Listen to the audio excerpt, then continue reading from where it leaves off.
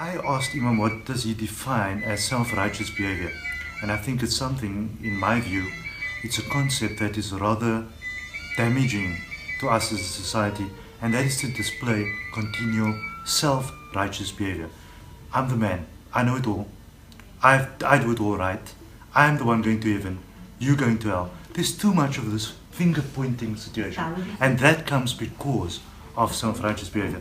So I asked Imam the question, how does he define self-righteous behavior, and how do we get rid of the toxicity of self-righteous behavior, Imam? Bismillah ar-Rahman ar-Rahim. Yes, very pertinently, our Nabi Muhammad sallallahu alayhi wasallam so beautifully said about self-righteousness. And it's a problem in all spheres of life. But take heed. He said, he was sitting with his companions and he posed a question. He said, Atadaruna manil muflis? He said, do you know who is a bankrupt person? And the Sahabi spontaneously responded, Inna al-muflisa malla dirham wala mata'. He said, a person who hasn't got any dirham, in other words, no money and no assets in today's terms. So the Prophet says, no. Inna al-muflis man ya'ti yawm al-qiyamah.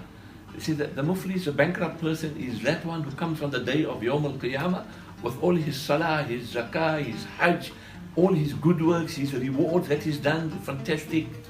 But it sounds like most of it is just for himself. And that gives an impression that you are a Jannati. May Allah protect us from that type of self-righteousness. If I can just ask, yes. So what Imam is saying here is that we as people, we accumulate good deeds. Yes. We then feel that these good deeds gives us a sense of entitlement because we do good deeds and others don't, for example.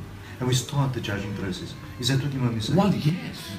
And again, Allah protect us from that. But having said that, even though you've done the good deeds, you will be rewarded for those good deeds because you and the recipient, you're both benefiting from that.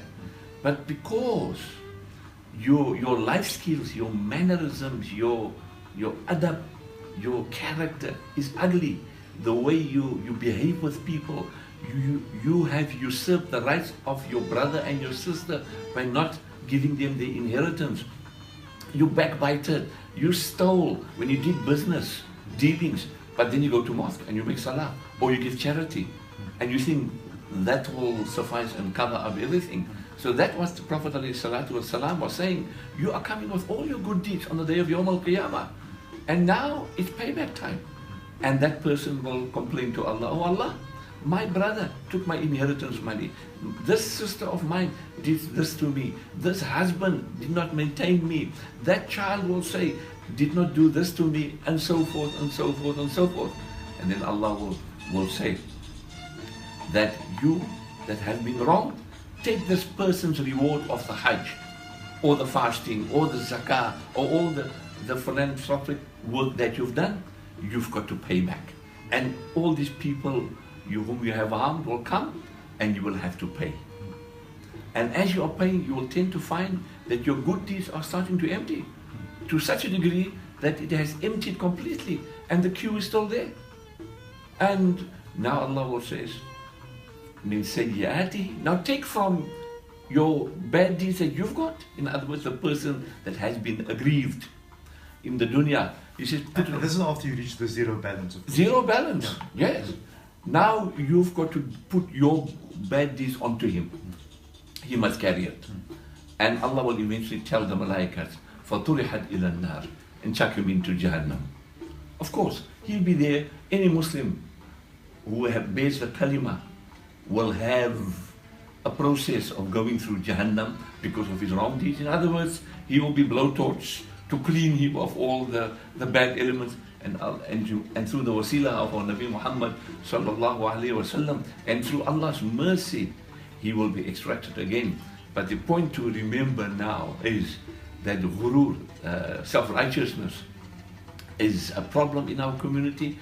It's top down, bottom up, either way you want to look at. And I say again, may Allah protect us from those type of bad characters. I once asked a man in the mosque that came to me and said that, you should be following the protocol of being in the mosque. And I said to him, what was the protocol? And he said that, you see, like, he's an attorney, And attorneys normally wear a cloak when they go into the court. Correct. And the master says, the protocol. And so I said, so what is the protocol? So he said, you need to wear your fez. I then said that, I don't think that you're an attorney. So he said, I am an attorney. And he pulled out his card and said, I'll show you I'm an attorney. So I said, no, you're actually a magistrate. But you're a magistrate in Allah's court. There we go. You promoted yourself. There we go. He had no words for that, but the moral of the story is that do we not need to head into a time in conclusion of where we don't judge, that we accept people. We're not saying endorse everything that is wrong, but we must understand that human beings are on a journey of exploration, and they do wrong and they return and they do wrong. And this is the fluctuation in human behavior, and it is guiding lights on the side that guides you on the runway. But sometimes you can skid off. But when people skid off the runway, do we continue allowing them to skid off, or do we say that let's bring you closer so that you may come to that path? May I interject? Yeah. Allah is mentioning this in the Quran, that when you call people towards righteousness, not self-righteousness, towards righteousness, ud'u ila sabili, call them towards that runaway, as you just mentioned now, towards that path. How must you call them? Bil hikmah, with wisdom, with knowledge. But knowledge with wisdom. Information is no good with hikmah. And our Prophet sallallahu alaihi wasallam, when he called them, he didn't tell them, if you don't do it, you're going to go into hellfire or into Jahannam. No. He said to them, come. The benefits are so huge. You will have contentment of heart. You will achieve paradise. This will happen. All the pluses. Unfortunately, some of us start off with the negatives, and that we're actually chasing people away. Correct him. Well, that's it for this Friday morning. I hope you've been inspired.